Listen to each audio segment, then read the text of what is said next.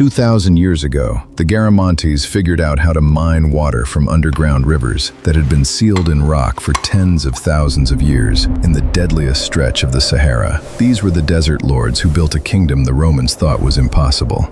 Picture the Fezzan region of what's now southwestern Libya, a valley called the Wadi al-Ajal that gets some of the harshest, driest conditions on the planet. No permanent river runs through it. Rainfall is close to non-existent, and yet, starting around the first millennium BCE, a Berber people rose here and built one of the earliest true urban societies the Sahara ever produced. At their height in the first few centuries CE, the Garamantes supported a population estimated at up to 50,000 people across the valley, with several thousand living in their capital city of Garama, known today as Germa. That's a city-sized population in a place where nothing should have been able to survive, let alone thrive.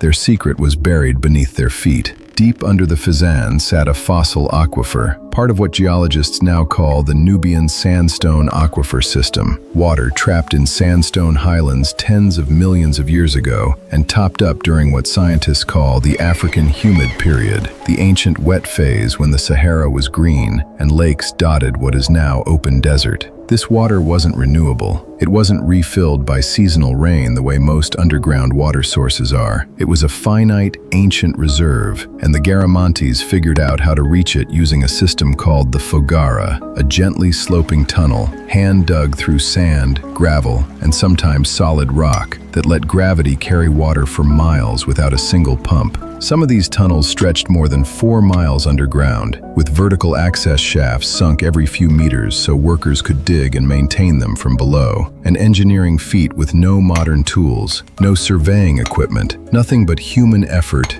and an intimate understanding of the land. Archaeologists have traced more than 550 of these channels in the Wadi al-Ajal alone. That's not a lucky well here and there. That's an entire hydraulic empire.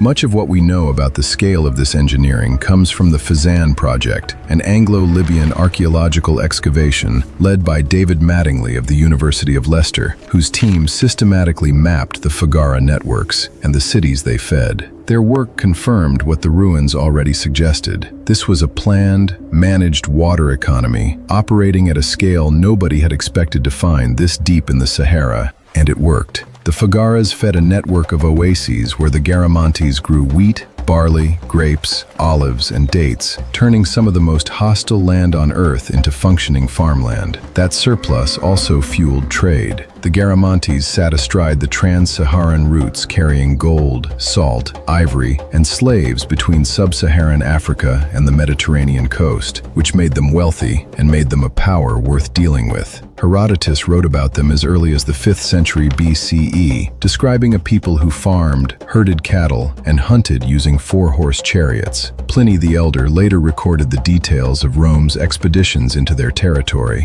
Other Roman writers weren't as generous. Tacitus recorded them as raiders who struck at Roman coastal settlements from deep in the desert, and Rome eventually decided the Garamantes were worth a punitive expedition. In 21 BCE, the Roman general Lucius Cornelius Balbus marched into the Fezzan and captured Garama itself. It didn't end the Garamantes. It didn't even slow them down much. Rome kept sending expeditions south, including one under the future emperor Septimius Severus, and the relationship between the two powers settled into a long, uneasy pattern of raiding, trading, and reprisal along the edge of the known world.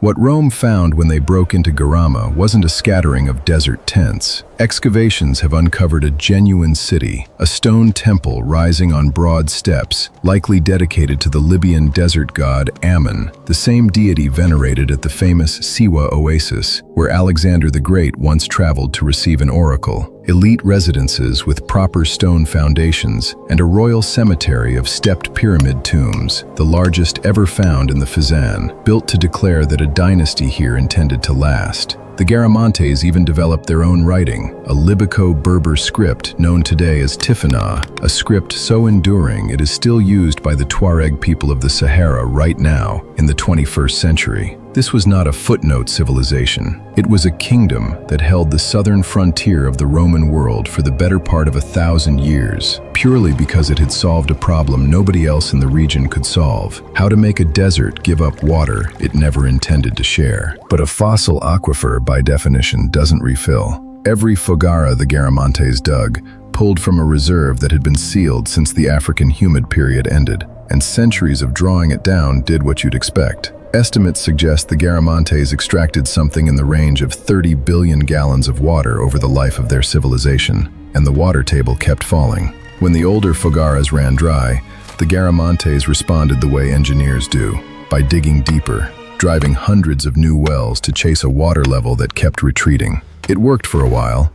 It couldn't work forever. By roughly 500 CE, the aquifer that had sustained an empire for a millennium had been drawn down past the point their technology could reach, and the great oasis cities of the Fezzan began to empty out, leaving smaller communities clustered around whatever wells still produced. There's something almost uncomfortable about how modern this story feels.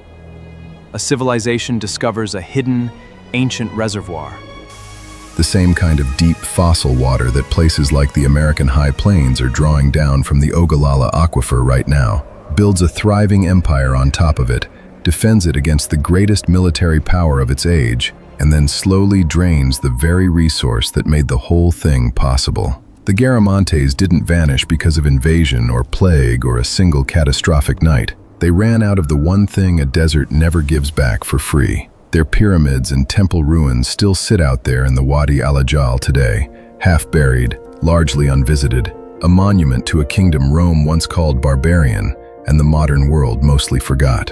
But for close to 1,000 years, the Garamantes proved you could build an empire in the deadliest desert on Earth if you were willing to dig deep enough. If forgotten civilizations like this one fascinate you, Subscribe, because we've got another great story for you in the next episode. Stay curious.